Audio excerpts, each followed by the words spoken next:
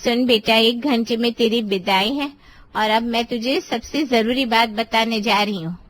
ध्यान से सुनना। हाँ मम्मी बताओ ना, मैं सुन रही हूँ। बेटा, ससुराल में सबसे जरूरी है सबको अपनी मुट्ठी में रखना और उसके लिए तुझे सबका दिल जीतना पड़ेगा। ओहो, ऐसी बात है क्या? मगर मैं ऐसा करूंगी कैसे मम्मी? अरे बेटा, मैं हूँ ना, मेरे पास 101 नुस्खे हैं जिससे तू अपनी पति, सास और ननद का दिल जीत सकेगी। बस तू ससुराल पहुंच और फिर मैं तुझे सिखाती हूँ। बिल्कुल मम्मी, जैसा आप कहो। थोड़ी देर में कांति की विदाई हो जाती है और फिर अगले दिन ससुराल में उसकी मुंह दिखाई थी। कांति नई साड़ी पहनकर तैयार होती है। आज तो इस नए घर में मेरा पहला दिन है। जैसा मम्मी ने कहा है, मैं सबका दिल जीत लूंगी। अरे कांति, अपने आप से क्या बातें कर रही हो? नहीं कुछ नहीं जी, वो तो बस ऐसे ही। अच्छा ठीक है, मैं बाहर जा रहा हूँ और अभी जाकर किसी को तुम्हारे पास भेजता हूँ। प्रीत जाता है और उसकी बहन मीनल कांति के पास आती है। अरे भाभी, आप अभी तक तैयार नहीं हुई? आपको बताया गया था ना कि 10 बजे से घर में मेहमान आने लगेंगे। जी दीदी, पर मैंने साड़ी तो पहनी है। ये कैसी हल्की सी साड़ी है भाभी, जरूर आपके मायके से आई होगी। खैर फिलहाल इसे उतार दीजिए और दूसरी साड़ी पहन लीजिए, कोई भारी वाली पहनना जो हमने दी हो। जी ठीक है दीदी। मीनल इतना कहकर चली जाती है। ये बात कांति को बहुत बुरी लगती है। ये तो बहुत नकचड़ी है, कैसे बात करके गई मुझसे।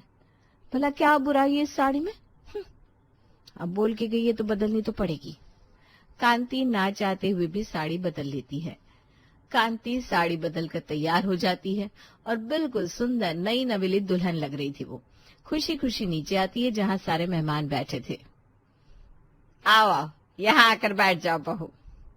अरे वाह, तुम्हारी बहू तो बहुत सुंदर है बिंदिया दीदी। एकदम चांद सा मुखड़ा है इसका, तो कहीं नजर न लग जाए। हाँ जी, रंग रूप तो बिल्कुल गुड़िया जैसा है। ढूंढ कर सुंदरी लाई है आप तो भाभी। हाँ सो तो है। सब लोग कांति की भर भर के तारीफ करते हैं, लेकिन बिंदिया बस हल्की सी हंसी हंसती है। ये देखकर कांति को बहुत अजीब लगता है। तभी एक पड़ोसन कांति की तरफ लिफाफा बढ़ाती है। ये ले बेटा तेरा शगुन। अरे हमारी प्रीत ने तो बहुत ही अच्छी बहू चुनी है। अरे बस भी करो आप। मान लिया बहुत सुंदर है, पर मेरा बेटा भी कोई कम थोड़ी ना। वो भी तो एकदम हीरा है, हीरा। उसे तो कोई भी लड़की मिलती तो हीरोइन जैसी ही मिलती। बिंदिया की बात सुनकर सब हंस देते हैं, लेकिन कांति को ये बात अजीब सी लगती है। वो मन ही मन सोचने लगती है, ये क्या बात हुई? मेरी तारीफ हो रही है तो इन्हें परेशानी क्यों हो रही है?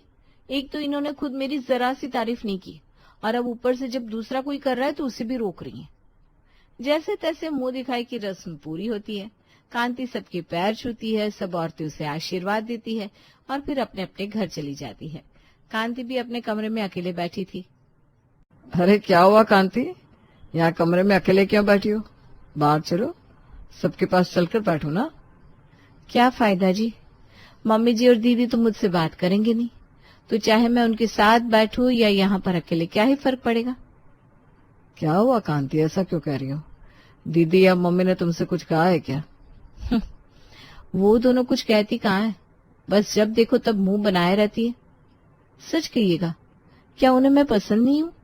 आपको मेरी कसम। कसम के आगे प्रीत सच छुपा नहीं पाता और संकोच के साथ अपनी बात बताता है। वो दरअसल कांति, माँ और दीदी ने मेरे लिए एक दूसरी लड़की को पसंद किया था, लेकिन मुझे तुम पसंद आ गई थी और मैंने उस लड़की को मना कर दिया था। बस इसी बात से वो दोनों तुमसे चिड़ी हुई हैं।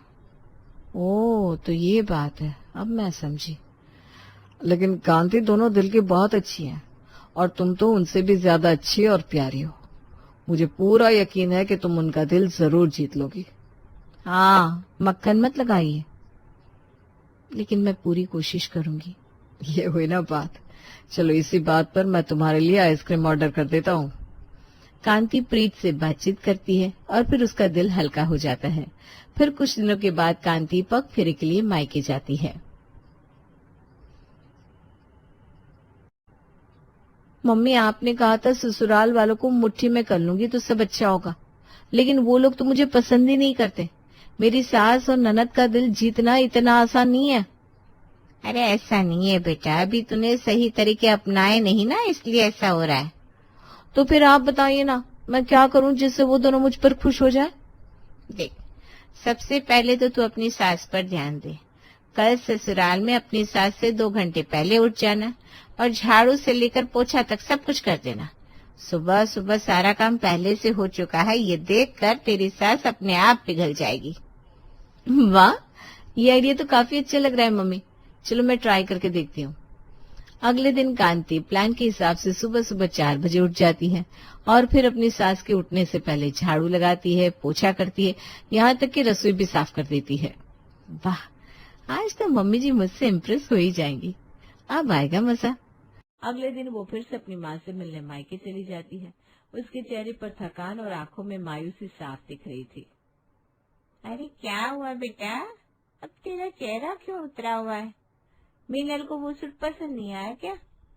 मम्मी कुछ भी काम नहीं आ रहा, जो भी करती हूँ उल्टा पड़ जाता है। पहले काम वाला प्लान खराब, फिर गिफ्ट वाला भी।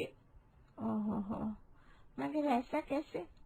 ऐसा ही हुआ मम्मी, अब तो मेरी सास और ननद दोनों मुझसे और ज्यादा चिढ़ गई हैं।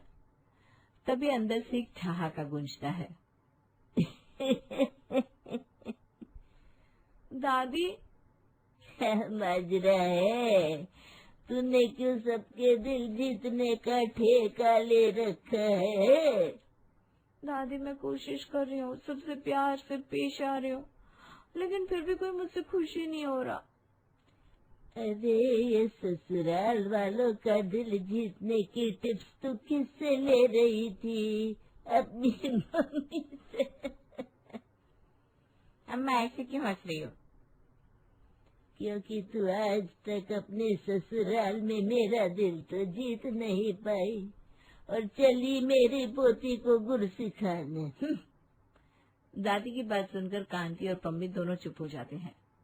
खैर ये सब छोड़ कांति, मैं तुझे तरीका बताती हूँ।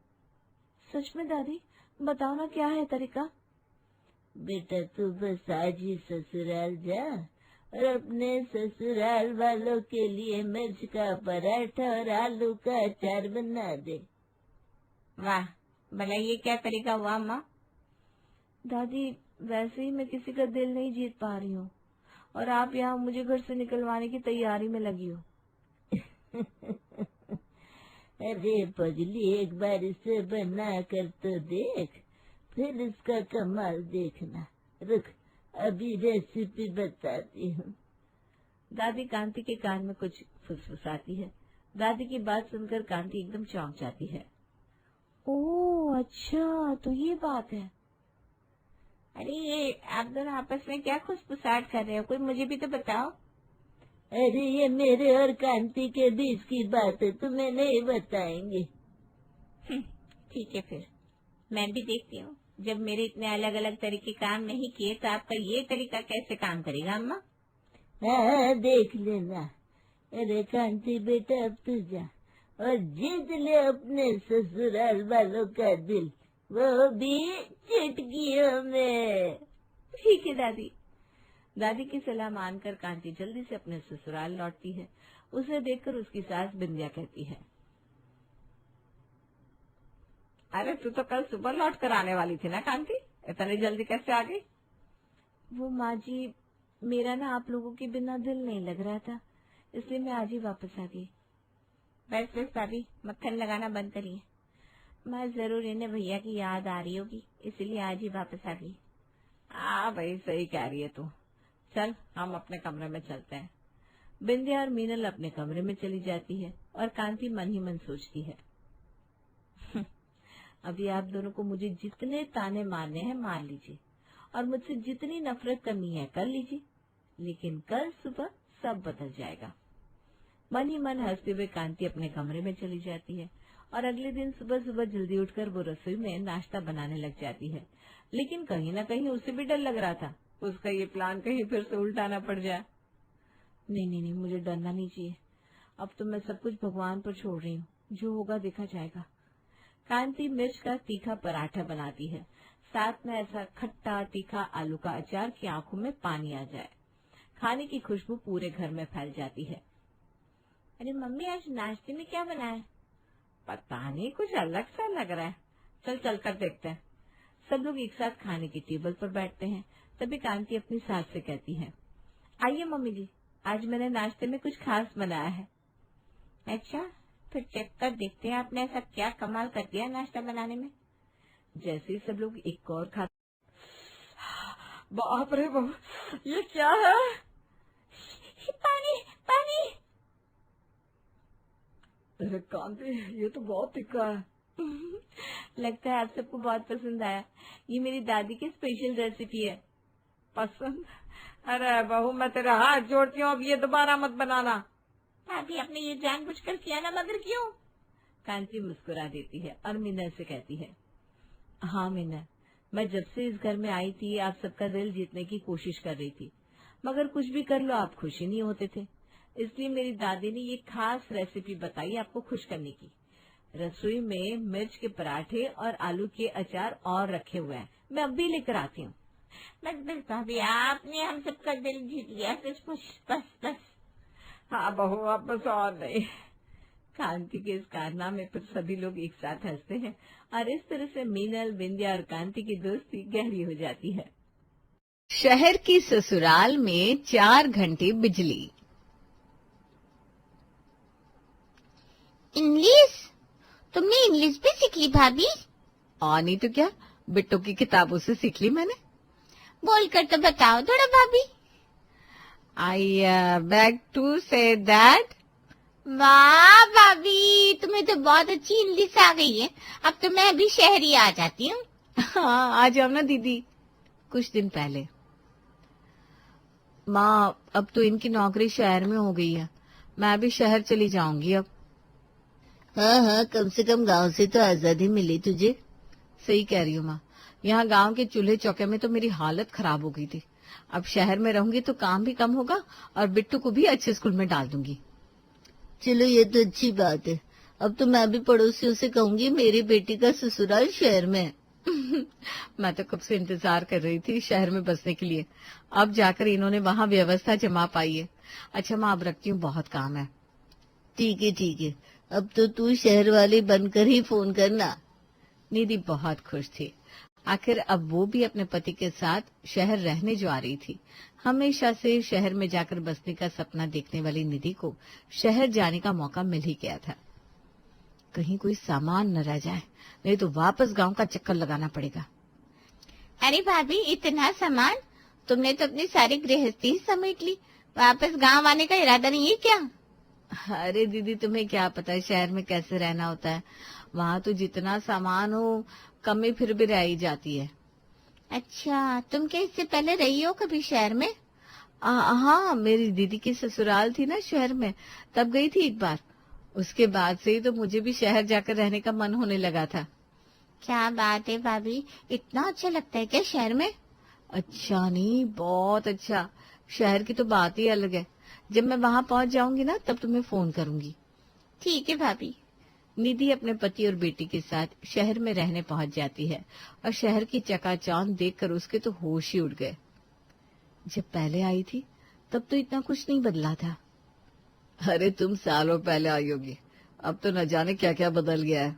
हाँ जी, आप सही कह रहे हो। हमारा घर कितनी देर में आएगा? बस आने ही वाला है, फैक्ट्री के पास ही है। फैक्ट्री के पास? लेकिन आपकी फैक्ट्री तो शहर से दूर है ना? अरे दूर कहाँ है, शहर के थोड़ा बाहर है। बाहर?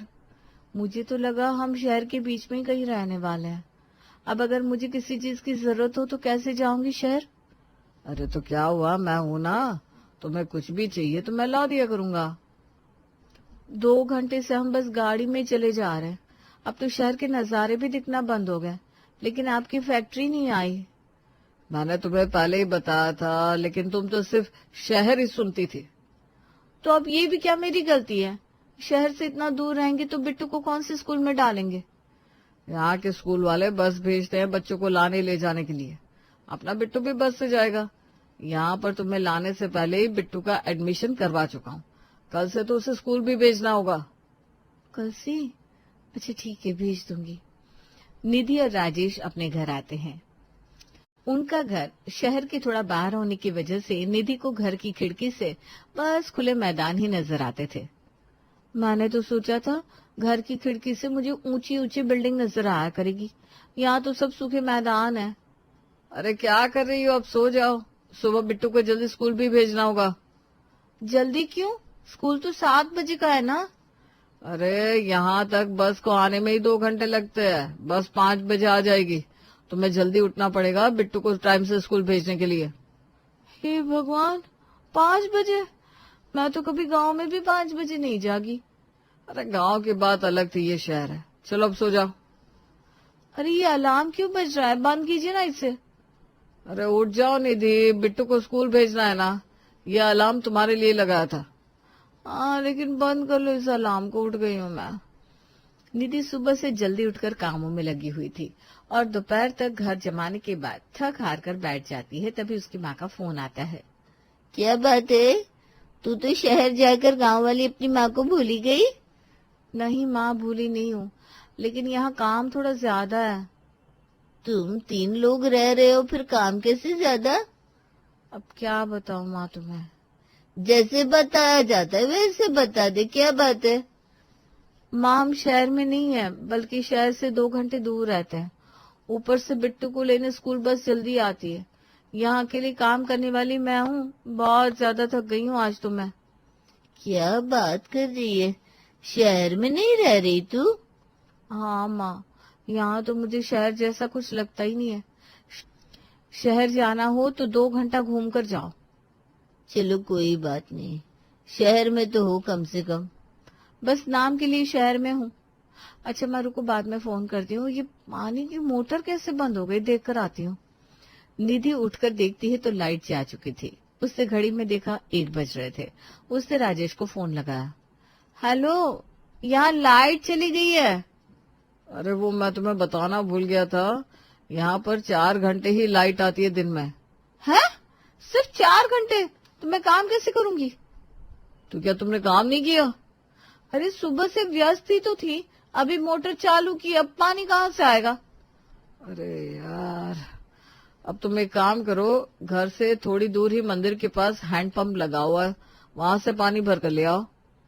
ठीक है। निधि फोन रख देती है। उसे अब गुस्सा आने लगा था। ये भी कोई बात हुई? गांव में तो चल जाता था कि पानी बाहर से भर लिया, अब यहाँ भी बाल्टियां टांग कर जाऊं मैं। खैर, निधि पानी भरने पहुंच जाती है और देखती है वहां पर आसपास के घरों की काम वाली बाइयां भी पानी भर रही थी। अरे दीदी, लगता है अब नई नई आई हो। हाँ, कल ही आए हम लोग। शहर से आई हो या गांव से? गांव से आई हूँ। फिर ठीक है, आपको बिना लाइट के काम करने की आदत होगी, और ऐसे पानी भरना तो आपको आता ही होगा।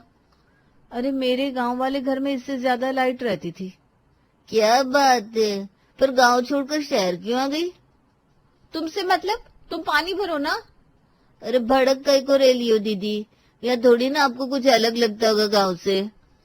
निधि को उनकी बात सुनकर गुस्सा आ रहा था। वे औरतें उसके जले पर नमक छिड़क कर वहां से चली गई।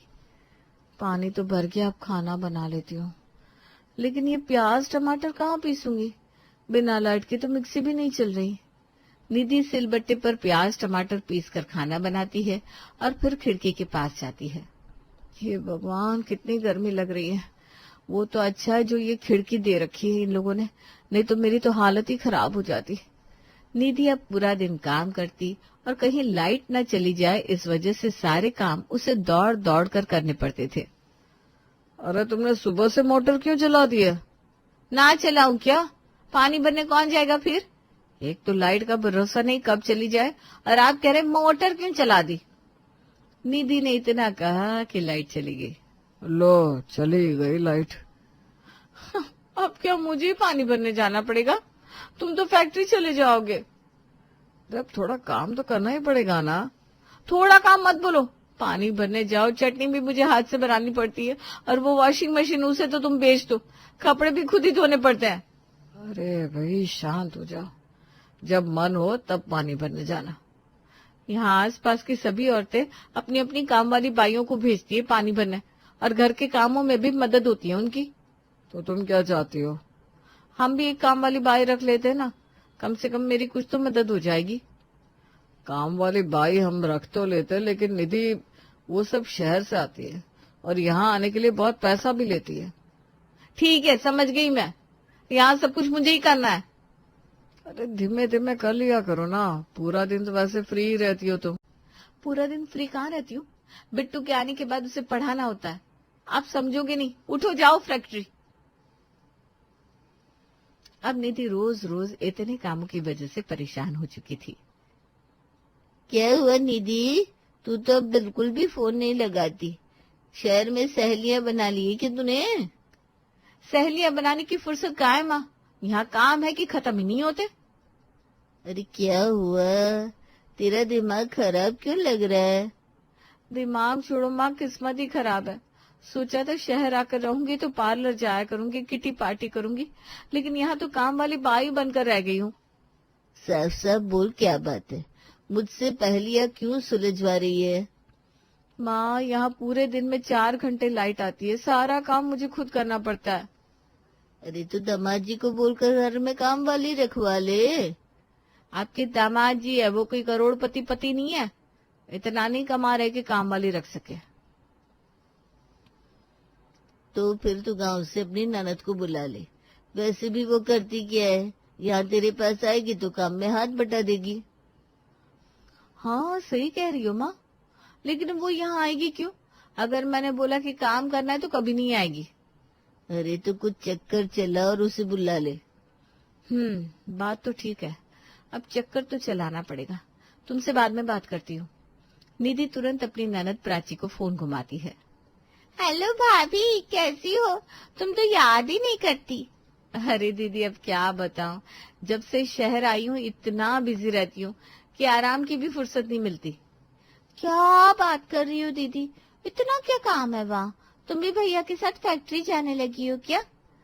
अरे नहीं, वो क्या है ना, अब यहाँ भी सहेलियां बन गई है तो उनके साथ किटी पार्टी, शॉपिंग मॉल और पार्लर आना जाना लगा रहता है। क्या सच में भाभी, तुम रोज मॉल घूम रही हो? हाँ और नहीं तो क्या, तुम भी आना तब दिखाऊंगी तुम्हें मॉल। कितना दूर है तुम्हारे घर से? अरे पास में ही है, गाड़ी से ही तो जाते हैं हम। अब शहर आई हूँ तो शहर के हिसाब से रहना भी पड़ेगा ना, छोटे छोटे काम के लिए भी ना गाड़ी से ही जाते हैं। सही है भाभी, तुम्हारी तो जिंदगी बदल गई। मैं तो कहती हूँ तुम भी आकर शहर में रहने लगो और यहाँ की चाल ढाल सीख लो। कल को अगर तुम्हारी शादी शहर में करवा दे तो कोई ये तो ना कहे कि तुम्हें कुछ आता नहीं। नहीं भाभी, तुम किस लिए हो, तुम मुझे सिखाओगी ना? अरे उसके लिए नाना जी आपको शहर आना पड़ेगा ना। फोन पर नहीं सिखा सकती क्या भाभी? फोन पर क्या सीखोगी तुम, शहर है, किसी विदेश से कम थोड़ी ना है। यहाँ तो आकर इंग्लिश भी सीखनी पड़ेगी। इंग्लिश? तुमने इंग्लिश भी सीख ली भाभी? हाँ नहीं तो क्या, बिट्टू की किताबों से सीख ली मैंने। अरे बोल कर बताओ ना थोड़ा भाभी। I beg to say that. वाह भाभी, तुम्हें तो बहुत अच्छी इंग्लिश आ गई है। अब तो मैं अभी शहर आ ही जाती हूँ। हाँ आइए ना दीदी। निधि अब रोज रोज अपनी ननद को फोन करके शहर की बातें बताने लगी, जिससे उसकी ननद का मन भी शहर आने को मचलने लगा। भाभी मैं आ रही हूँ अब शहर। चलो आपको समझ में तो आया शहर आना कितना जरूरी है। मैं तुम्हारे भैया को स्टेशन भेज दूंगी। हाँ भाभी, अब तो मैं भी शहर वाली बनूंगी। निधि की चाल सफल हो जाती है और ननद उसके घर आ जाती है। भाभी तुम तो कह रही थी मॉल दिखता है यहाँ से। अरे ऐसा मैंने कब कहा, मैंने क्या कहा था, गाड़ी से आना जाना करते हैं। हाँ वो तो करना ही पड़ेगा, शहर से इतना दूर है घर, रास्ते पर देखा मैंने। अरे शहर से कुछ दूर नहीं है, आउट एरिया बोलते हैं इसे। शहर के अच्छे लोग यहाँ शांति में रह पाते हैं। आउट एरिया, सही है भाभी, सुनने में ना अमीरों जैसा लग रहा है। नहीं तो क्या दीदी, अब मैं आपसे झूठ थोड़ी ना बोलूंगी। आप थक गई होगी ना, जाओ जाकर आराम करो, मैं शाम को आपको मॉल ले चलूंगी। ठीक है भाभी, मैं थोड़ी देर आराम कर लेती हूँ। प्राची कमरे में जाकर सो जाती है और थोड़ी देर बाद ही गर्मी से परेशान होकर बाहर आती है। भाभी कितनी गर्मी है यहाँ, बिट्टू ने लाइट बंद कर दी क्या? अरे नहीं दीदी, वो क्या है ना, यहाँ पर लाइट 4 घंटे ही आती है। हैं? सिर्फ 4 घंटे? तो बाकी के समय क्या करते हो आप लोग? ये लो हाथ का पंखा, आप इससे हवा कर लो। बुआ, ये पंखा मम्मी ने कल ही मंगाया है, खास आपके लिए। अरे चुप, कुछ भी बोलता है। मम्मी आप होमवर्क करवाओ ना। दीदी मैं बिट्टू को पढ़ा रही हूँ, आप जरा वॉशिंग मशीन से कपड़े निकाल कर उन्हें धोकर डाल देंगी? हाँ हाँ भाभी, क्यों नहीं। प्राची कपड़े धोने जाती है और देखती है कि पानी खत्म हो चुका है। भाभी पानी नहीं है, कपड़े कैसे धोऊं? अरे टेंशन क्यों ले रही हो, चलो मैं बताती हूँ। वो देखो मंदिर के पास हैंड पंप है ना, वहीं से पानी भर कर ले आओ। शहर में आकर हैंडपंप से पानी? अरे हाँ, कभी कभी करना पड़ता है, रोज रोज थोड़ी ना जाते हैं हम वहाँ। अच्छा ठीक है, मैं पानी लेकर आती हूँ। प्राची पानी भरने जाती है और हैंड पंप पर उसे काम वाली बाइया देखकर कहती है, अरे तुम्हें पहले कभी नहीं देखा, तुम क्या नई नई काम पर लगी हो? नहीं नहीं, काम पर नहीं, मैं उनकी ननद हूँ। तो क्या तुम भी गांव से आई हो? हाँ, आज सुबह ही आई। बड़ी मेहनती हो तुम तो, आकर काम में भी लगी। शहर घूमने नहीं जाओगी क्या? जाएंगी ना, भाभी शाम को मॉल लेकर जाएंगी। शाम को मॉल? अरे यहाँ से तो सुबह से निकलना पड़ता है, शाम को कोई गाड़ी थोड़ी ना मिलेगी शहर जाने को। क्या बात कर रही हो? और नहीं तो क्या, झूठ थोड़ी ना बोलूंगी मैं। प्राची पानी भर के घर आती है और उसकी भाभी कहती है, दीदी मैं बहुत खुश हूँ कि आप आ गई हो। देखो मैं आपके लिए आलू के पराठे बना रही हूँ, लेकिन आपके हाथ की चटनी से इसका स्वाद और बढ़ जाएगा। जरा चटनी पीस दो ना। लेकिन भाभी लाइट तो है नहीं, मिक्सी कैसे चलेगी? अरे हम मिक्सी की चटनी तो रोज खाते हैं, आज आप सिलबट्टे पर चटनी पीस कर खिला दो ना। ठीक है भाभी, बना देती हूँ चटनी। निधि अपनी ननद को काम में लगाकर खिड़की के पास बैठी हुई हवा खा रही थी। कितना सुकून है अब, इतने टाइम से अकेले काम कर करके मैं तो थक चुकी थी। ये कैसा शहर का रहना हुआ भला, न लाइट न पानी, और कहने को शहर है बस। दीदी मैं क्या कह रही थी, आप मुझसे ज्यादा पढ़ी लिखी हो तो जरा बिट्टू को भी देख लो ना। लेकिन आपने तो करा दिया ना उसका होमवर्क। हाँ मैंने करा दिया, लेकिन तुम भी देख लिया करो ना, अब उसकी किताबों से ही तो इंग्लिश सीखी है मैंने। लेकिन यहाँ तो सब हिंदी में ही बात करते हैं। अरे तुम मॉल नहीं जाओगी क्या? वहाँ तो अंदर जाने के लिए भी इंग्लिश बोलनी पड़ती है, और किटी पार्टी में भी सब इंग्लिश में ही बात करते हैं। अच्छा, फिर तो बहुत टाइम लगेगा मुझे सीखने में। अरे कोई ज्यादा टाइम नहीं लगेगा, वो तो तुम रोज बिट्टू को पढ़ाओगी ना तो अपने आप सीख जाओगी। सही है, मैं भी इंग्लिश सीख लूंगी, फिर किटी पार्टी में जाऊंगी। प्राची किटी पार्टी और मॉल जाने को लेकर मन ही मन खुश होकर काम किए जा रही थी। वहीं उसकी भाभी निधि को अब आराम करने का समय मिल गया था। भाभी अब तो 1 महीना हो गया, ना तुम मॉल ले गई, ना पार्लर, ना शहर, ना कोई किटी पार्टी हुई हमारी। अरे दीदी सब लोग ना बहुत बिजी हैं। यहाँ शहर में किसी के पास इतना समय थोड़ी ना होता है कि पूरा दिन मॉल में ही रहे। अच्छा ऐसा क्या? फिर आज हम मॉल ही चले क्या? लेकिन अभी तो आपकी इंग्लिश सीखनी बाकी है ना। अरे मैं कुछ बोलूंगी नहीं वहाँ। अरे दीदी तुम बोलोगी नहीं तो अंदर आने भी नहीं देंगे मॉल में तुम्हें। इंग्लिश सीखो और आराम से रहो आप तो। ठीक है दीदी, समझ गई। अभी कितनी इंग्लिश बाकी है? अगले दिन प्राची अपना सामान लेकर खड़ी थी। क्या हुआ दीदी, कहीं जा रही हो? हाँ भाभी, घर की बहुत याद आ रही है, अब तो माँ के पास जाना है।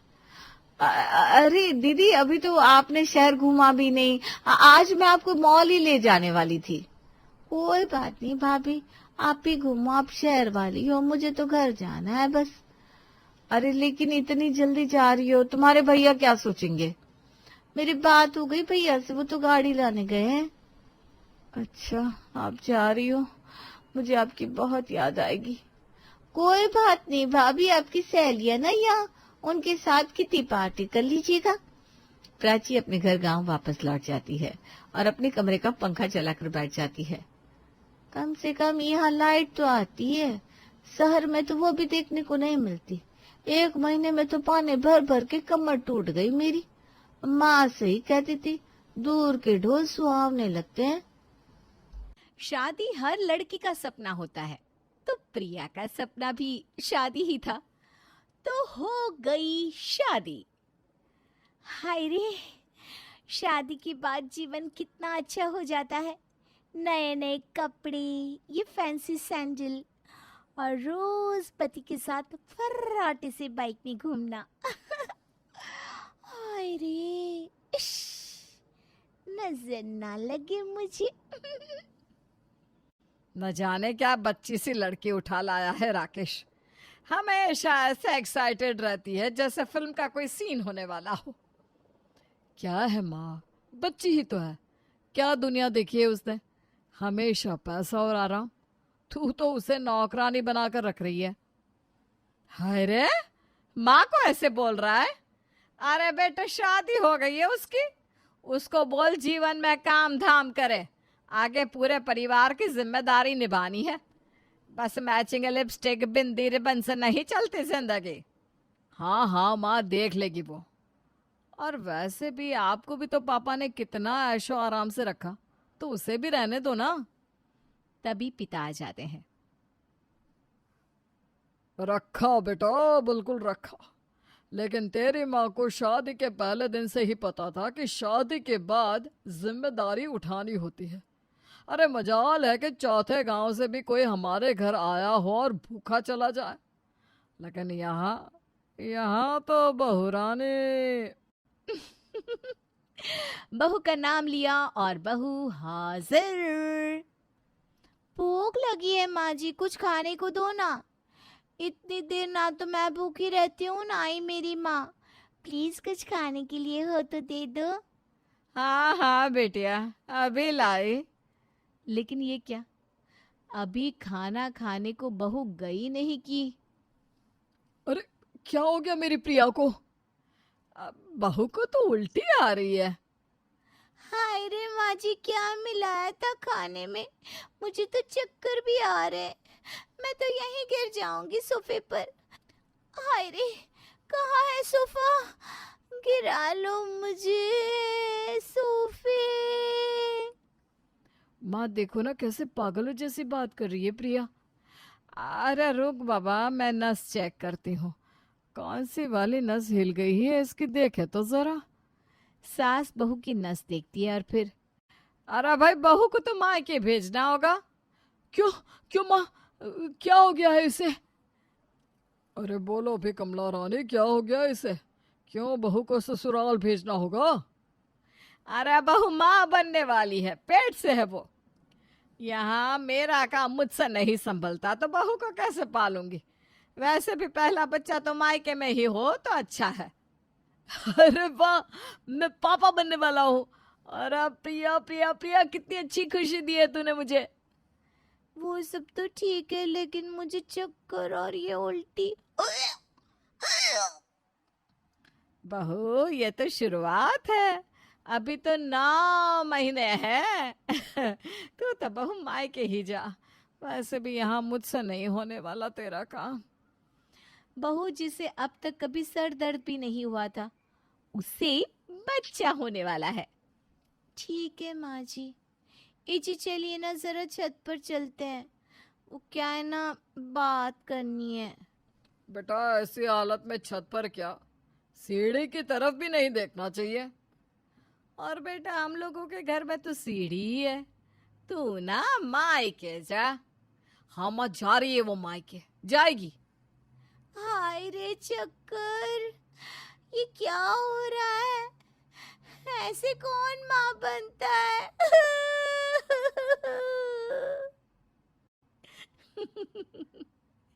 सारा ड्रामा ससुराल का खत्म। 9 महीने के लिए बहू मायके और सास वो ले रही है चैन की सांस। अब आगे बहू के मायके में। माँ मैं आ गई, अब ना मैं यहीं रहूंगी। वैसे भी माँ वहाँ ना वक्त में कोई खाना देने वाला था ना पानी। अब इस हालत में माँ तू ही मेरा ख्याल रख सकती है। हाँ सासू माँ, अब आपकी बेटी माँ बनने तक यहीं रहेगी। क्या? अरे ये कैसी बात कर रहे हो? तुम्हें कुछ पता नहीं क्या? क्या क्या नहीं पता सासू माँ? क्या प्रिया आपकी बेटी नहीं है? क्या? माँ, ये मैं क्या सुन रही हूँ? नहीं! हे भगवान, अब मैं कहाँ जाऊँ? सांस रखना नहीं चाहती, माँ भी सौतेली है। हे भगवान पति, अब तुम ही परमेश्वर हो। अरे चुप करो, बिल्कुल चुप। अब नाटक नहीं। तुझसे किसने बोला कि तू मेरी औलाद नहीं? अरे यहाँ भी तो सारा स्यापा औलाद का ही है। क्या क्या मतलब सासू माँ? मेरी होने वाली औलाद के लिए आप ऐसे कैसे बोल सकती हैं? तभी वहां ससुर आ जाते हैं। वो क्या है ना दामाद जी, आप ही बोल रहे थे शादी में कि मेरी कोई साली नहीं है। तो हमने फैसला कर लिया कि अब आपके लिए साली का इंतजाम करेंगे। क्या मतलब? ससुर जी, मैं समझा नहीं, आप क्या कहना चाह रहे हैं? वो क्या है ना, बेटी की चाहत हमारी कम नहीं हो रही है। प्रिया को तो आप ले गए तो हम लोगों ने सोचा क्यों ना नई बेटी पैदा कर ले। मैं पेट से हूँ। हाय रे किस्मत, ये कैसे हो सकता है? माँ और बेटी एक साथ प्रेग्नेंट? लेकिन अब तो यही है सच। फिर क्या? बेटी, अब तू ही रह जा। यहीं साथ साथ रहेंगे तो एक दूसरे का सहारा रहेगा। ना तेरी सास किसी काम की, ना मेरी। तभी प्रिया की दादी आ जाती है। अरे मैं क्यों नहीं हूँ काम की, लेकिन भगवान का नाम लेने की उम्र में बच्चा पैदा करेगी तो दिक्कत तो होगी ना। अरे मैं वही सास हूँ जो तेरे साथ साथ बच्चों को पाल पोस कर बड़ा करवा दिया तेरे साथ, वरना मेरा तो बस यही एक कल्लू था। अरे क्यों रे कलवा, बोलता क्यों नहीं है अपनी बीवी को कुछ? अरे माँ, दामाद खड़ा है मेरा, उसके आगे भी कलवा कलवा करती रहती हो, ये क्या है माँ? सुनिए कलवा, माफ करना ससुर जी, रहने दे, आप तो बस संभालिए, मैं चला। चला जाता है दामाद भी घर में बीवी को छोड़कर। अब कैसे रहेंगे प्रेग्नेंट माँ और बेटी एक साथ? देखिए जरा। हाय रे माँ, इतनी सारी कैरी रखी थी फ्रिज में, कौन खा गया? वो क्या है ना बेटा, कच्चे आम जितने खा लूं कम ही लगते हैं। बड़ा मन करता है सारा दिन कच्चे आम खाने का। अरे माँ, तो 2-4 मेरे लिए भी छोड़ देती ना। ये क्या माँ? पैर पटक कर रोते रोते बेटी कमरे में चली जाती है। फिर अगले रोज, माँ आओ ना, खाना साथ में खाते हैं। हाँ हाँ बेटा, तेरी बीवी और बेटी दोनों पेट से हैं। चलो हम दोनों ही खाना खा लेते हैं। अभी वो लोग खाना खाने बैठे ही होते हैं कि पीछे से उल्टियों की आवाज आनी शुरू हो जाती है। ओफो माँ, जब भी खाना खाओ ये लोग उल्टियाँ करनी शुरू कर देते हैं। घिन के मारे खाना भी नहीं खाया जाता। आए हाय, सही बोल रहे हो। कितनी बार इन दोनों को बोला है कि बाथरूम का दरवाजा बंद कर लिया करो, लेकिन नहीं। करके सारे खाने का मूड खराब कर देती है दोनों। अरे प्रिया, जरा चप्पल उठाकर दे दो। अरे माँ, मैं कैसे झुकूं? पता है ना, डॉक्टर ने मना किया है झुकने से। आप एक काम करो, ये लो, मेरी चप्पल पहन लो। माँ भी बेटी की फैंसी सी चप्पल पहनकर जा रही होती है कि अचानक गिर जाती है। प्रिया, माँ जी, कोई है? मैं तो गिर पड़ी। हाय रे, तेरी चप्पल कितनी फिसलती है, मुझसे चला भी नहीं जा रहा था। माँ के गिरने से बेटी भी घबरा जाती है कि कहीं उसके कारण माँ के होने वाले बच्चे को कुछ न हो जाए। वो घबरा कर भागती है। तभी राकेश आ जाता है। अरे प्रिया, क्यों भाग रही हो? पता नहीं तुम माँ बनने वाली हो। अरे यहाँ मेरे कारण माँ गिर गई, तुमको बच्चे की पड़ी है। अब तो डर लग रहा है कि पापा कहीं घर से बाहर ना निकाल दे। पापा तो शायद घर पर भी नहीं है। माँ को अब डॉक्टर के पास कौन लेकर जाएगा? बच्चे को कुछ हुआ तो राकेश पापा हम दोनों को मार देंगे। मेरी ही चप्पल से माँ गिरी है। कौन क्या, दामाद जी ले जाएंगे अब सासू माँ को डॉक्टर के पास। वहां क्या होता है, चलिए देखते हैं। अस्पताल में डॉक्टर। अरे क्या हो गया माता जी, पेट कैसे बाहर आ रहा है? गैस हो गई है क्या ज्यादा? कैसी बात कर रहे हैं? पेट से हैं ये, प्रेग्नेंट, बच्चा होने वाला है इनको। डॉक्टर हैरान कि ये क्या, अरे ये लड़का किसे लेकर आया है प्रेगनेंसी दिखाने? लगता है मैडम काफी पैसे वाली है, तभी। तभी क्या, तभी क्या? गरीब औरतें क्या मां नहीं बन सकती? अरे क्या आप इनको बोलकर कुछ भी बोल रहे हैं? गिर गई हैं ये। और डॉक्टर साहब कुछ भी करके इनके होने वाले बच्चे को बचा लीजिए, नहीं तो हम जीते जी मर जाएंगे। Doctor please. तो क्या जरूरत थी माँ की उम्र की औरत से शादी करने की? अब बच्चा होने में दिक्कत होगी ना।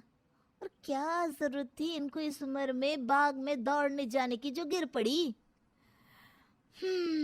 दामाद बेचारा क्या समझाता कि कौन है ये औरत और क्यों उसका बच्चा बचाना जरूरी है।